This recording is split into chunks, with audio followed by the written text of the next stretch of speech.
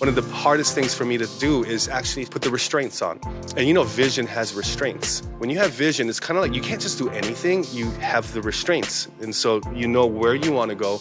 You know what you want to do. I have to take stock in what has God called me to do, and what can my family and what can I personally handle emotionally, physically, spiritually, and all the above. A pastor turned tech leader and a millennial churchgoer explore the intersection of technology, culture, and faith, equipping you with innovative strategies to support you as you live out your calling, lead your churches with confidence, and step into the future together. This is the Give It Up Podcast. What's up, guys, and welcome back to another Give It Up podcast episode, or should we say aloha, because today our guest is coming live from the islands of Hawaii to us. And Vance, this is your friend, so I want you to give the formal introduction here. Oh my goodness, it's an honor to be able to call him friend, Pastor Mike Kai. I've actually looked up to Pastor Mike from afar for years, just being one of the innovators, one of the what I would call entrepreneurial pastors of our day, which we're going to talk a little bit about that. But obviously the incredible pastor, I call him Bishop of Hawaii, but lead pastor of Inspired Church, along with Pastor Lisa and just their family leading so well on the island and really beyond, because Pastor Mike is not only just a pastor, but a podcaster. He is also a world-renowned author, a church planner. It's really Inspired Church as a movement of churches, as well as businessman. And maybe some people don't know that about Pastor Mike, but he is a prolific business person as well. And we're going to talk about all the things. But Pastor Mike, thank you for being on the Give It Up podcast. Vance, Zoe, it is such a privilege and an honor to be with you guys. I love this podcast. Listened to a few shows already, and it's already subscribed to it, and I really love it. So thank you so much for having me. It's such an honor to be in such rarefied air with you guys. I love it. Rarefied air. Let's talk about some rare topics that I don't think oftentimes get airtime when people are talking about church building. And I want to dive in with you on it because I consider you one of the pioneers in our modern day of what this looks like. But this is not unbiblical. I mean, we know that Paul was a tent maker. He was actually a business person. He was entrepreneurial. And, I've seen you be what I would consider, like I said, an entrepreneurial pastor, and having so many different streams and organizations and even philanthropic initiatives. How do you balance it all? What's your even just mindset of why you even approached ministry from this lens? Great question, Vance. I would say that the way that I balance it all is I have an incredible team. I have so many ideas, so much vision, and sometimes it's hard to keep up with that. And you don't want to keep adding new things, new plates to spin, and doing all that those kinds of things. But I believe that the parable of the talents kind of drives a lot of it. You were either born with it or you learn it, and so I believe that I was born with maybe a bit. And for the church world, those guys who are church leaders who are listening to this, I was probably born into a 2 talent situation with 5 talent potential. So 2 talents, average kid, average athlete, got to become more than that. You got to hustle. You got to go to clinics. You got to practice every single day outside in your garage, shooting hoops or trying to catch a football or whatever. 2 talent, not tall. 2 talent, 5 talent potential. Story of my life. I've been in a 1 talent situation, doing basically by means of my own mistakes. But then also God always turns it around. He takes 2, makes it 4. Takes 4, makes it 8. And so I believe the capacity that me and my team have grown into is not something that I believe I could have accepted. If someone said, here, Mike, now you will take over this multi-million-dollar organization that someone else built. I don't know if I could do that because we had to grow into it. I'm looking at my camera guys and all these guys in the studio, and we all had to grow into it. And so it's growing into it. How do we balance it? Well, you go on a wilderness hike for 4 days, like I told you earlier. You get off the grid. There's no phone reception. And then it's just you alone with your thoughts on a hike. And it's crazy, but it was brutal, but brutal at the same time. My goodness. I mean, what's so interesting about this is you're highlighting how important it is to honor the current season that you're in. So if you're going to grow in your capacity, how are you stewarding what you have right now? So if you started with 2, stop looking at 4, honor the 2 and watch how God grows that. But let's even go deeper than that, or even a prerequisite to that. How does a pastor know? How does even a church leader, a senior church leader know if they should even go on that entrepreneurial path? Is that for everybody? Or is that only for certain people? What's your take? That's a great question. I would say it could be for everybody, but not everybody is like this. They can be, though. For example, I would think that pastors, number one, have some of the best content out there, period. Because every single week we have to come up with 1, maybe 2 messages minimum. So you're always studying, always gathering, you're collecting information, you're categorizing them, you're cataloging them. You're doing what Solomon did in the book of Ecclesiastes. He categorized them, he cataloged them, and he put them on the side when he talked about the great teacher. So we have the best content. But I also think even though we might have the best content, we don't necessarily know how to package it because we're not necessarily self-promoters. So we have a difficult time. Most guys have a difficult time with that because they just don't know how to package it. So we learn from other people. But when it comes to the question about can everybody do this, I would say a good sign of someone that is an entrepreneur, or I would like to call it maybe in the church world apostolic. Yeah. You're always starting something. And if you've gone from 1 campus to 2, if you've gone from 2 to 5, if you started a preschool, if you started, some kind of business, chances are that pastor has an entrepreneurial gift in them that the church world would call apostolic. And so I think some people can, most can. I think they can. I think it's also cultivated. And for me, it came from my upbringing, from my dad. So I just watched him and kind of took my cues from that. I love that.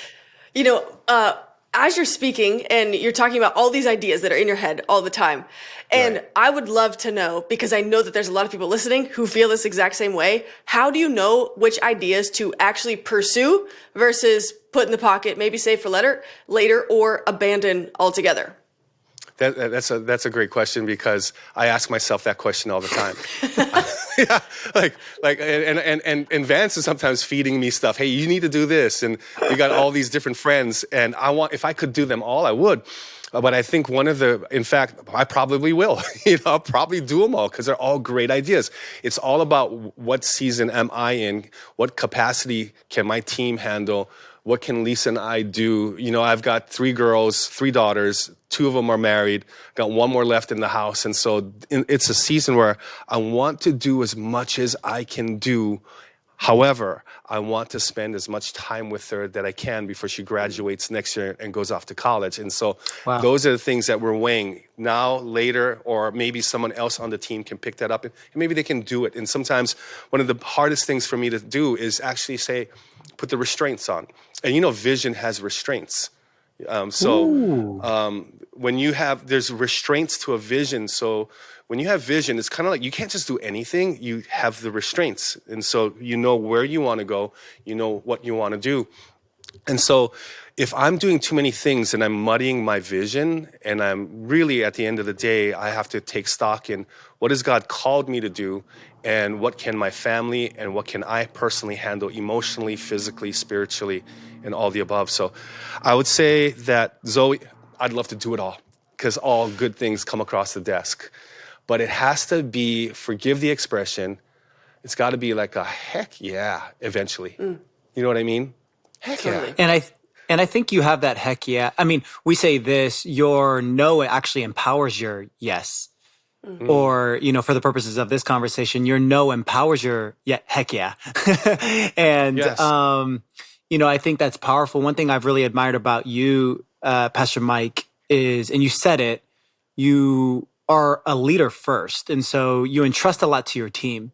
And I've seen situations where you've wanted to do something, or even know you're going to do something, but you really empower your team. What is that balance? What's the balance of when you make an executive decision and say, hey, team, this is what we're doing, versus, hey, I'm going to run it through the process because I know that the speed of the vision is also determined by the speed of the team? Great question, Vance, because when you're great at this. I mean, you must, as a venture capitalist, you must get so many people with a pitch deck. I got a pitch deck for you, Vance. Yeah. And you have to look through that pitch deck, but then you can't look through them all. They have to kind of go through a filtering system, and Yes. which ones say, hey, Vance, you really need to look at this one. Okay, I'll look at that. It's kind of the same way.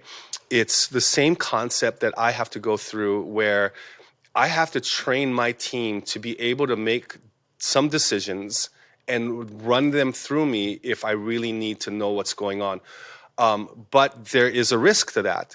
There's a risk of them making the wrong decision. There's a risk of maybe I missed an opportunity. There's all kinds of risks involved. But if I become, as we know, John Maxwell, we love him. We've spent time with him.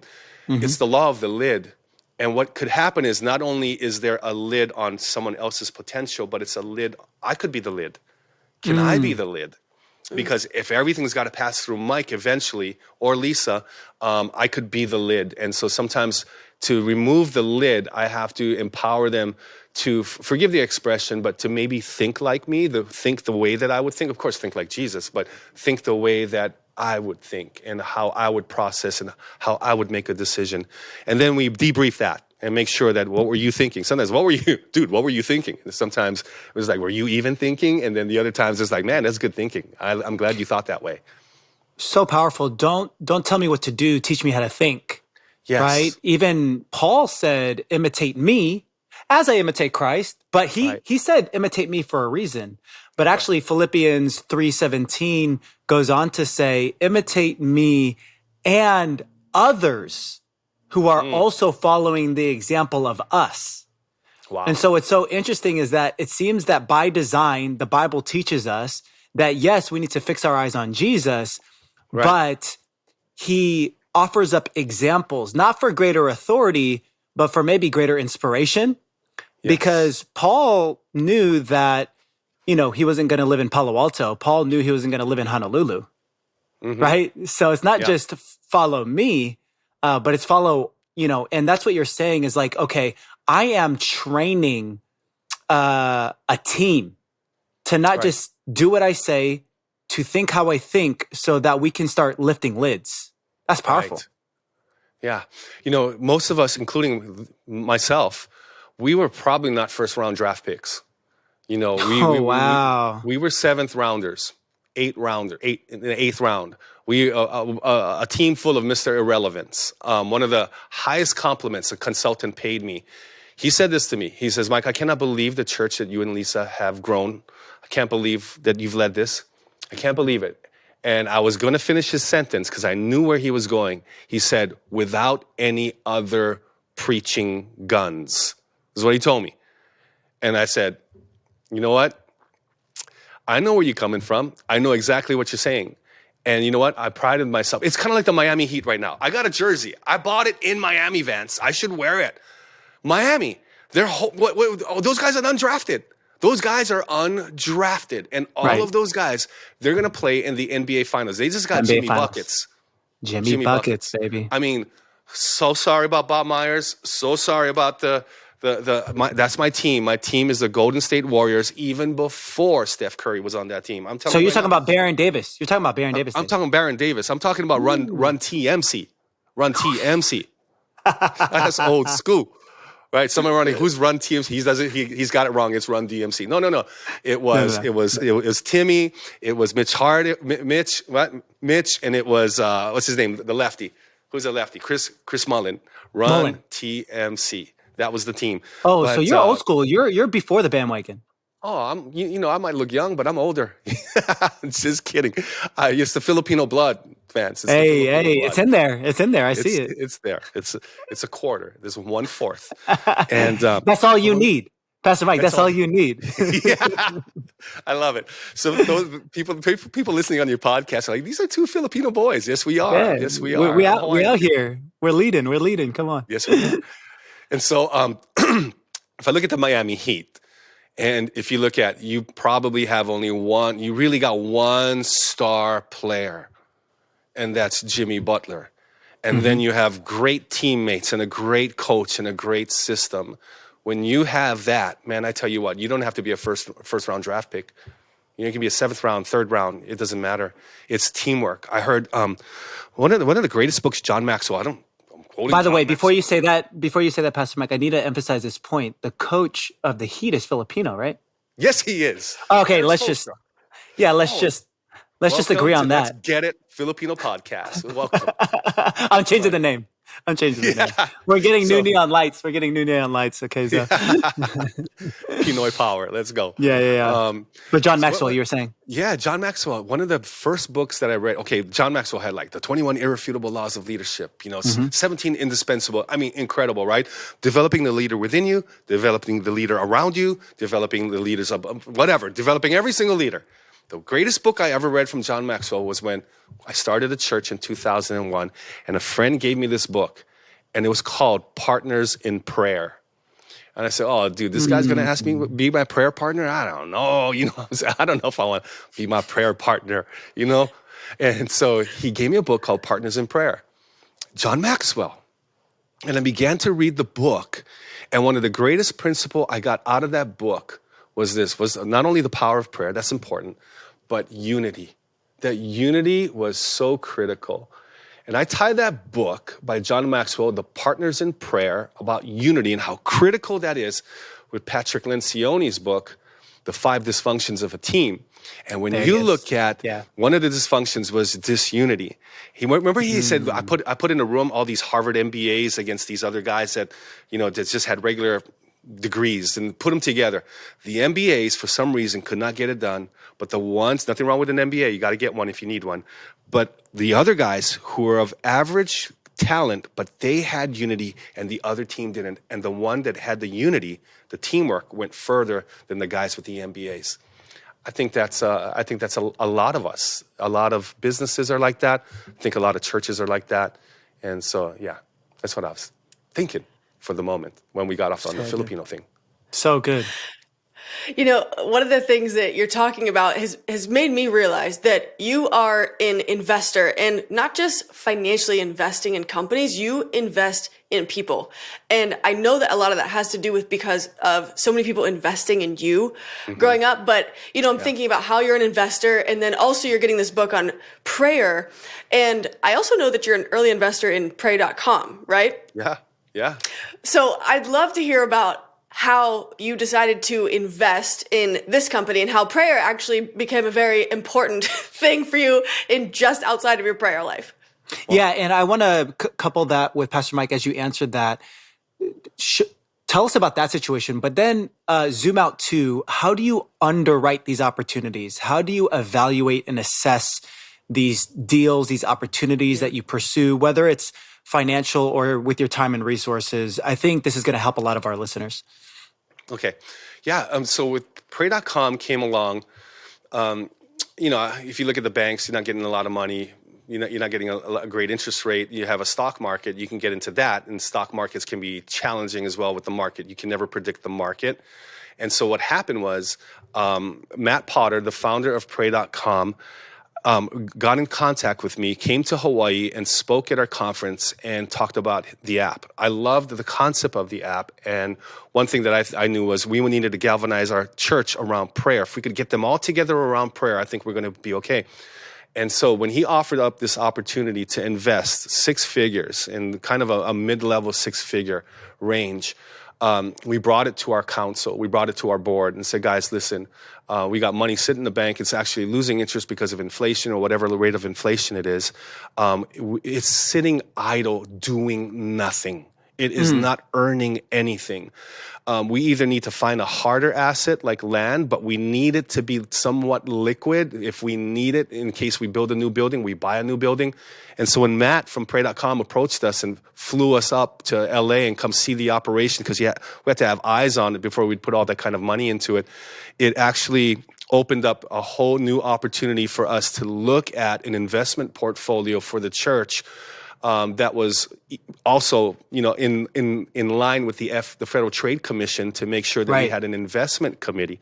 So it wasn't just me making deals with with good opportunities with new friends. It was Smart. me having an investment committee. Thank you. Yeah. It was an investment committee that would make the recommendation to the board, and then the final vote would be with the board. And so that means you have many eyes on this. It's not just one person having a passion or a whim on something that they believe is going to be a winner.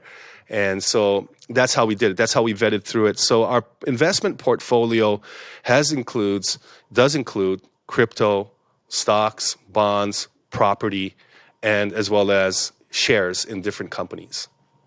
It's incredible. And I think that's so helpful, insightful, and wisdom, the way that you all had structured it, right?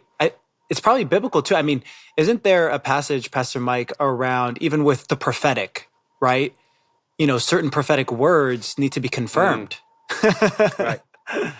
Right. And so in the same way, you take these biblical principles, you apply it to business, and there's wisdom in that. It's still Matthew chapter 25, Vance. It still goes back to the parable of the talents. Remember the guy that buried his talent? Yep. He buried it.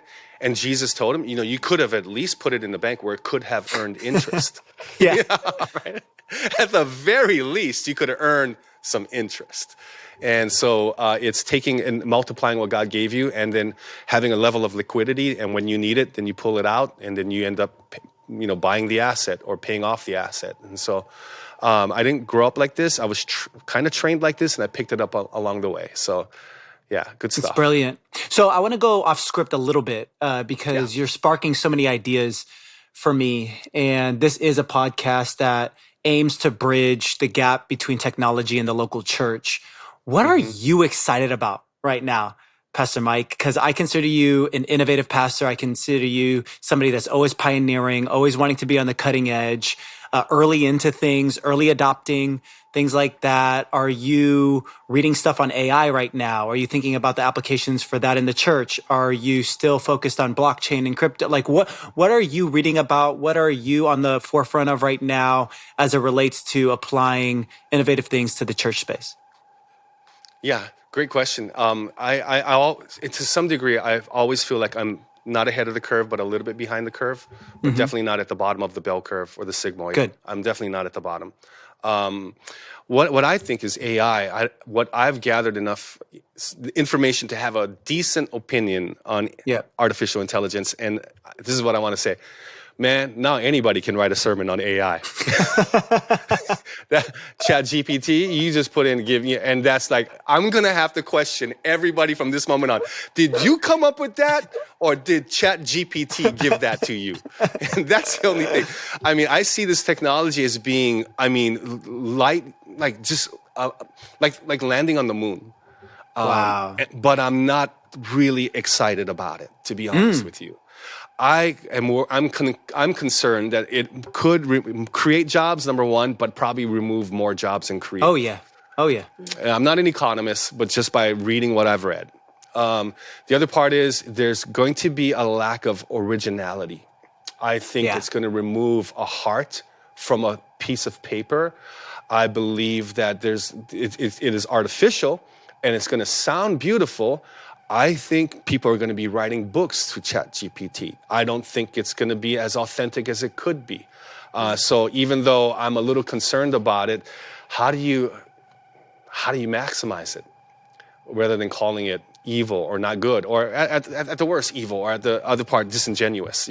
How do you do that? I'm not sure. I'm not sure. I would like to leverage it at the same time to be able to do what we need to do, but I want to be very, very careful in that space until I get some good counsel on that. Vance, you'd probably have good counsel for me offline as well. And I would love to know what you guys think though about AI, because you guys, this is your area. This is your podcast. My insight from what you just said is this. I think there's a lot of wisdom in identifying, hey, I'm not an early adopter, but I'm definitely not at the end of the bell curve.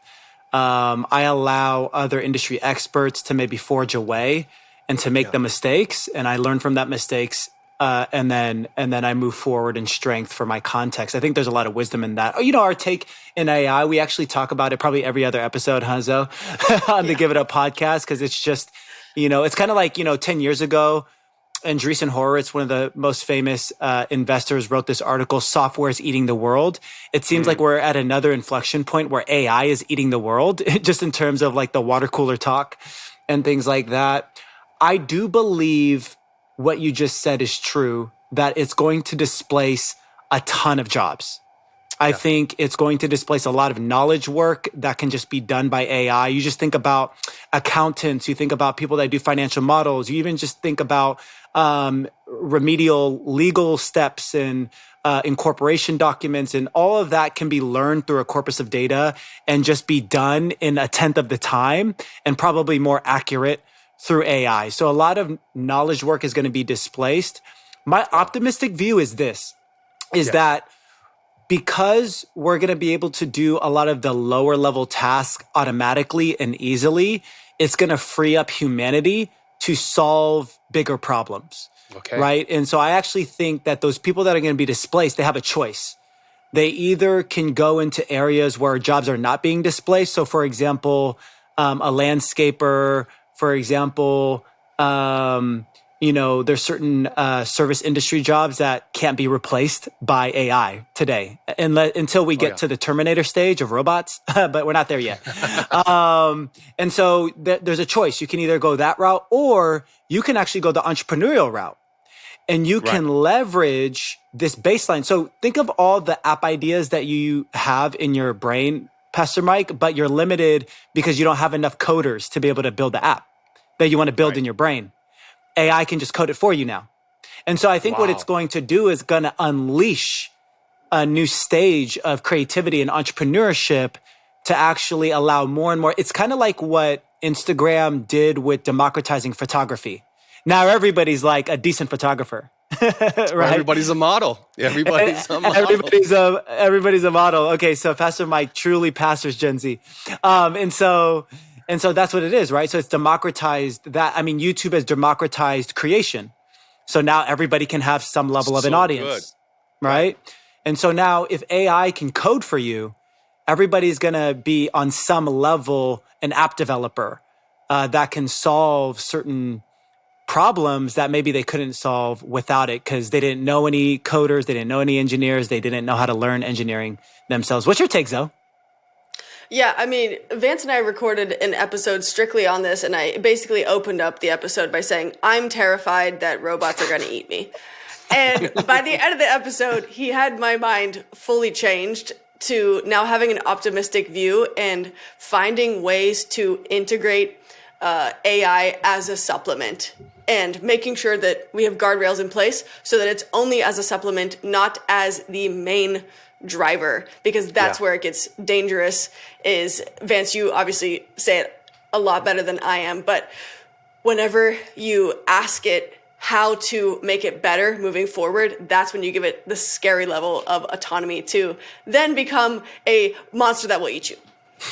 Yes, it's called singularity. I think we're a little bit further away from that than people think we are.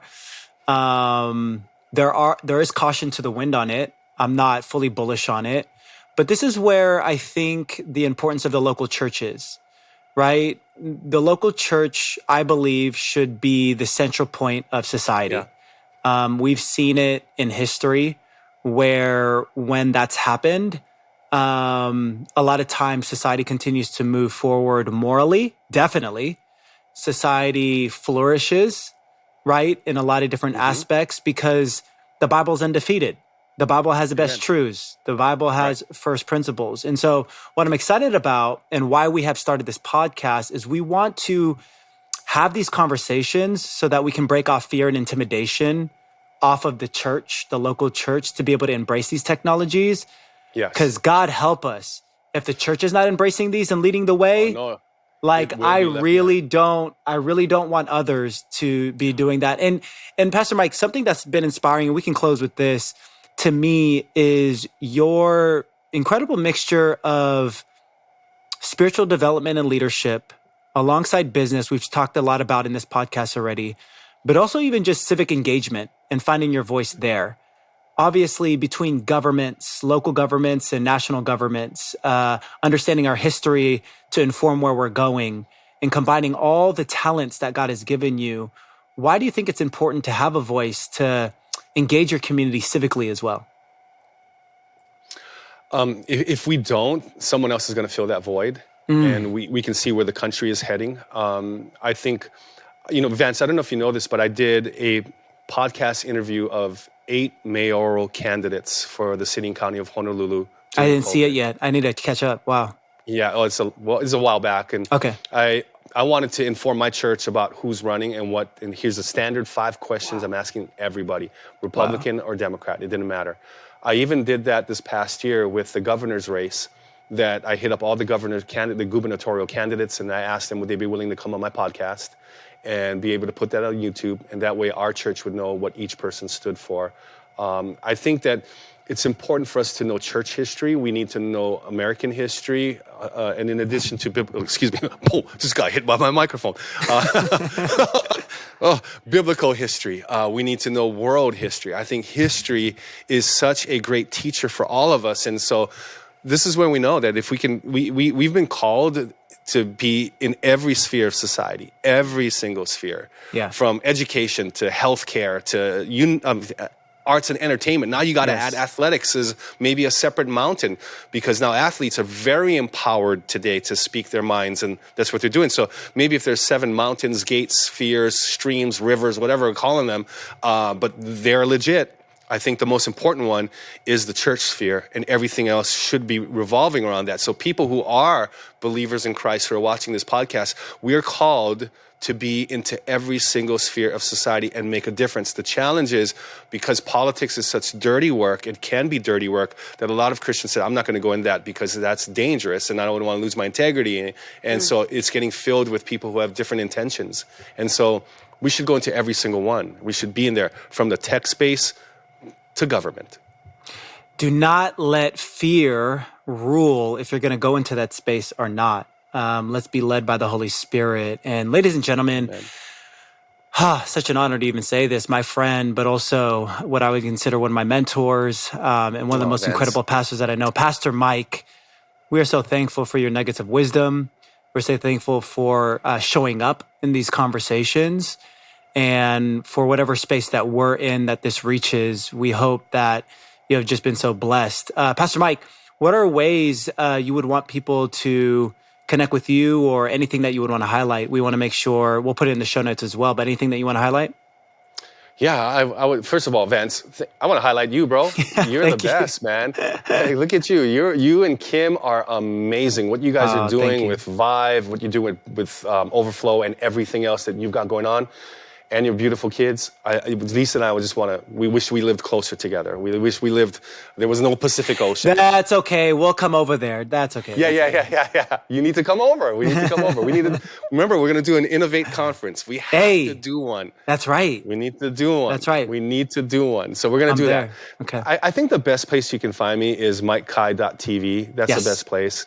It'll point you to whatever I do, and it'd be an honor just to say hi to anybody that wants to show up on that. And I'm grateful to be with you guys. Zoe, you're such a great podcast friend. She is. Yeah, I listen to you. You're such a great side. I don't want to call you sidekick, but such a great. No, it's true. I'm Robin. He's Batman.